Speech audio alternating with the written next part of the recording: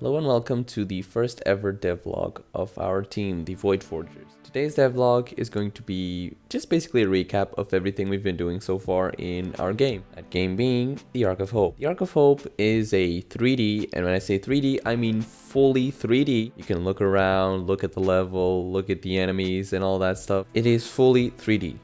From the environment to the models that you're going to play with, the towers that you're going to play with, to the enemies, everything is completely 3D in our game. The devlog today, like I said, is going to be more of a recap of the updates we've been doing on the game so far. There's quite a bit of them, so it's going to be a bit longer than maybe future devlogs, but we'll see about that. For the first update, first and second really, we did some simple stuff. We added a simple enemy movement through points, which you can't really see, but the points are scattered throughout the map. The enemy, as you can see, moves swiftly throughout the map without much issue for now, and the turret, or tower, however you want to call it, also tracks onto the enemy. Those were the first few updates, as well as we added the first tower in the game, though it is only a temporary model, as of course it will be updated later. On to updates number 3 and 4. Update number 3, we added the camera free mode, meaning you can move out throughout the map, check the map, see the enemies moving around. You know how, for example, Minecraft spectator mode works? It is similar to that. You can move around freely and look around at stuff, and we also made it so that enemies can now move throughout the map. That's actually what you're seeing in the gameplay. Enemies before, they had the movement system, but it was kind of buggy. You know, they tracked onto the points, but they took shortcuts to getting through it. So an enemy could, for example, go from the first point to the last one directly without just going through the other ones, effectively skipping the entire level. Update number 4. The enemy can now detect the nearest tower. This will be so that the enemies can also destroy and damage the towers, as well as it can damage stuff in reach, meaning it can actually damage the tower once we add the HP for it, which will be done in a future update. Now carrying on to update number 5 and a future map update. As you can see, we have the first level, at least the first iteration of level 1. It was fully made, and the white blocks that you see spread around are so that we can put in assets such as rocks and other stuff to make it more complete. The second version of the map you're seeing is the updated version of it. It is what we had up until now, and it is the level we have been using as a basis for the other levels as well. The second iteration, you can see that it's much more complete, and it has the wall and all that stuff. That is because the game also has a little bit of lore, and we want the maps to represent that in some way, shape, or form by being connected. Instead of just being random stuff spread around or just maps that look aesthetically pleasing, they are meant to be connected and have sort of a story. With this, it also brings us to update number 14, which is the latest one, and I know it's quite a bit of a skip, but I'll be doing it now to make sure that it's easier to understand. We have completely removed level 1. We looked at the scale of it, we looked at the scale of the enemies that we made and all that, and it simply did not fit. It was too small, too cramped, and it would have made the gameplay absolutely terrible. So for that, we removed it, and because of that, it caused us a bit of a delay in the development process. But nonetheless, we still are working on level 1, and I have to say that you're going to be quite surprised with how it is. Here's a little scale comparison. Here you have the regular level. Here's the comparison with an enemy, the size of the tower and the enemy. And just for context, here's the new level 1. You see that little squiggly line down there in the bottom? Yeah, that is the track that was in level 1, the original one. That is the track of the original one in the size of the new one. It is about 10 to 20 times bigger than it was before, and we are very pleased with it, and we hope you will be too when it's finished, because this is still work in development. And now we're getting into updates 6 and 7. some of the biggest updates we've had, and in the background of them you are going to be seeing gameplay of the game itself in our test world. You can see some of the UI elements and all that, some of the menus that we have made, for example the tower information menu, so you can see what the towers do, their damage, their rate of fire, all of that. It also showcases the first person mode, which actually was implemented in these updates, the towers dying, and much of that. In the background as well of this whole video, you have been listening to one of the songs that will be in the game, specifically the menu song, which has been made by our music designer. And let us know down in the comments below what you think. The music is very good and it will be the menu music. Now getting on to the updates 6 and 7. We added the camera control, meaning you can now take manual control of the towers and shoot the enemies. Before we already had this, but it didn't work properly and it had many bugs. It works by looking at the base of the tower and pressing R. It's temporary for now, and we will have it so that you can change it in the future. Enemies can now die to the towers, and we implemented manual shooting 2.0, aka first person mode.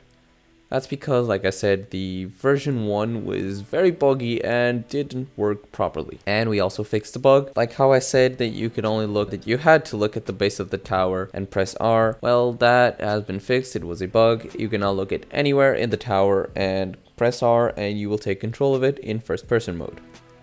We also fixed a bug when in switching between modes, the tower would not return to its previous targeting. So for example, say the tower was on closest targeting. When you entered first person mode and left it, the tower would randomly switch modes, and now that has been fixed. Obviously we removed the previous manual shooting, and the biggest one of this update, we modified how the control of it all takes.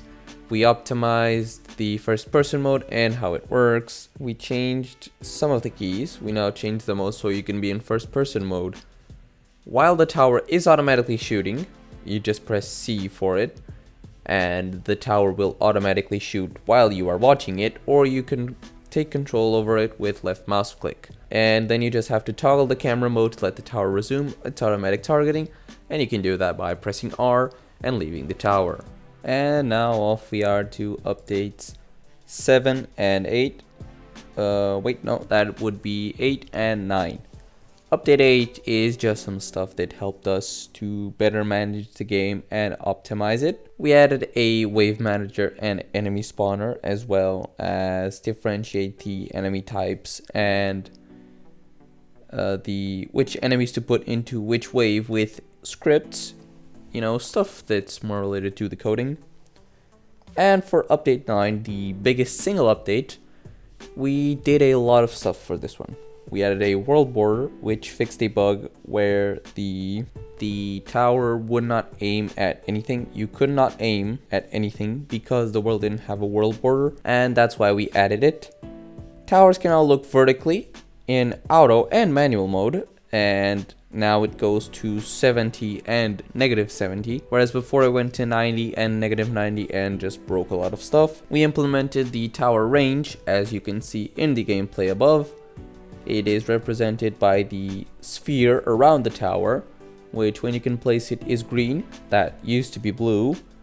And when you can't place it, it turns red, and that represents the range of your tower. We added a way to place towers for now, which that was before we added our radial menu, which you can see in the gameplay.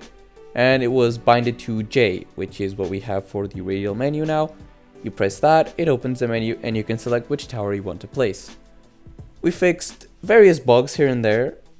We fixed a bug where multiple towers could be controlled at manual mode. A bug where in manual mode, which, by the way, for those who don't understand what manual mode is, it is the first person mode. A bug where the tower would fire at itself. It would consider itself as a target and shoot at itself. And before we get into the 3 final updates, as well as showcasing the enemies and some other stuff, we are going to get into update number 10, which is a bit of a smaller update, where we simply added crosshairs. We have the default crosshair for when you're just up and about, placing towers and all that. And we made the game be able to be paused before it would pause, but the game would actually still be running. You just would be in the pause menu, but now it pauses everything and it has a black overlay to indicate that it is indeed paused. Now we have updates 11 and 12 just before the latest update 13. The latest one actually is the 14, but I talked about it before because it's related to the map, so it is at the same with the level with the update 5 is what I meant. So for update 11, we have updated and created the new models for every single turret. The basic turret, the rapid fire turret, sniper turret, and AoE. Which for those that don't know what it means, the AoE turret means area of effect. These are the basic turret types that we have for now. We are planning on adding more in the future, but these are the ones we have for now. Of the 4, only the first 3 have been implemented as of for now, because the AoE tower requires some special stuff to be done, mainly particles and other stuff because of how its projectiles work. Now moving on to update 12. We fixed the towers being able to be placed while in the pause, while the game being paused. We added the pause menu and the tower info menu, which you can see in the gameplay. We implemented tower repairs and refunds. The repairs are for when your tower is damaged, you can spend a little bit of your money to repair it, and the refund being you can destroy it and get a little bit of money back. We added the radial menu to place the towers, as you have been seeing in the gameplay, and when placing towers it now shows the outline of the range, as again you have seen and mentioned before. The tower prices and population are also unique per tower now, and I will explain this a little bit. The population refers to each tower. To limit how many towers you can have, to not just make it so that you can get to a point where you have so much money you can just fill up the screen with towers, we made it so that each tower has a population rating. You have a set limit of population, and you can only build towers up to that limit. You have to strategize and pick which towers you want to place, or else, well, you're gonna have a hard time. And now for the final update, update number 13. And well, 13 and a half, because we're also going to be talking about the new enemies, the new enemy models to be specific. You have already seen them in one of the previous images, which was when speaking of the map updates. We showed a comparison between how the tower size is in check with the enemy. Like how the tower compares to the enemy and how their size compared to the whole map. And here you have it, the new enemy model. It looks freaking amazing, and it's about time that I hand it to our 3D modeler. He is awesome, and he's the one behind all these amazing models and maps that you are seeing. Now for update 13. For update 13, we fixed the tower info. The values of the damage, fire rate, and range sometimes looked very weird, which it still does look a bit weird if the numbers are very large. We fixed a bug where towers in automatic mode could see through obstacles, so they would be targeting enemies even if they were behind a wall or they couldn't see them. We fixed another bug where towers could not hit enemies if the enemy was spawned in the same frame as the tower was firing. We added the red tower radius when you're not able to place it, as I mentioned before. And as I also mentioned, we changed the sphere color from blue to green. We also added a blinking effect to the money and population text when you're trying to place a tower but do not have enough of them. With this, the devlog is done. This is all we have so far on the game, and other than that, all I can say is we're working very hard to release the game into a closed beta state.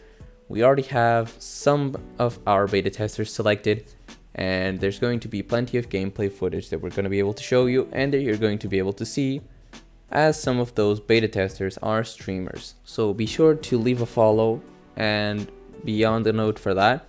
Also, if you want to support the team, you can join our Discord to see the updates and changelogs on the spot when they come out. You can also follow our game on the pages on GameJolt and itch.io. We always post the updates there as soon as they're released. And if it would really help a lot if you could go there, leave a like and just view it. It really helps towards the game. This has been the Void Forgers update devlog number 1, and we will see you in the next one.